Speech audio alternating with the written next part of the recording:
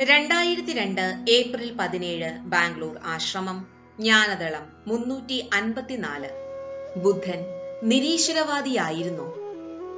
ശരിയായ നിരീശ്വരവാദിയെ കാണാൻ ബുദ്ധിമുട്ടാണ്. മൂർത്തവും സുതാര്യവുമായ അല്ലാത്ത ഒന്നിനും വിശ്വാസമർപ്പിക്കാത്ത ഒരാളാണ് നിരീശ്വരവാദി. പക്ഷേ ജീവിതമെല്ലാം മൂർത്തവും സുതാര്യവുമല്ല. ഈ പ്രപഞ്ചവും അങ്ങനെയല്ല.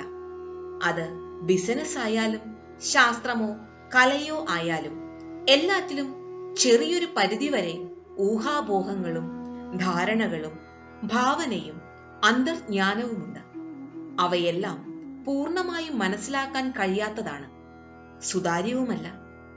വിവരിക്കാനാകാത്ത എന്തിനെയെങ്കിലും നിരീശ്വരവാദി അംഗീകരിക്കുകയാണെങ്കിൽ അയാൾ നിരീശ്വരവാദിയല്ലാതെയായിത്തീരുന്നു.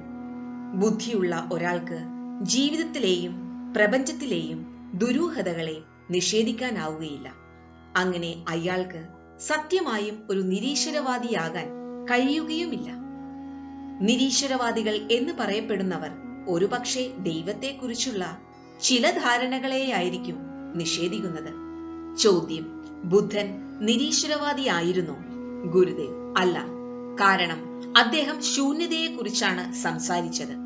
ശൂന്യതയാകട്ടെ നിരീശ്വരവാദിക്ക് സ്വീകരിക്കാൻ ബുദ്ധിമുട്ടാണ്. എന്നാൽ മറ്റൊരു തരത്തിൽ അദ്ദേഹം നിരീശ്വരവാദിയാണ്. കാരണം അദ്ദേഹം ദൈവം എന്നൊരു ആശയത്തെക്കുറിച്ച് പറഞ്ഞതുമില്ല.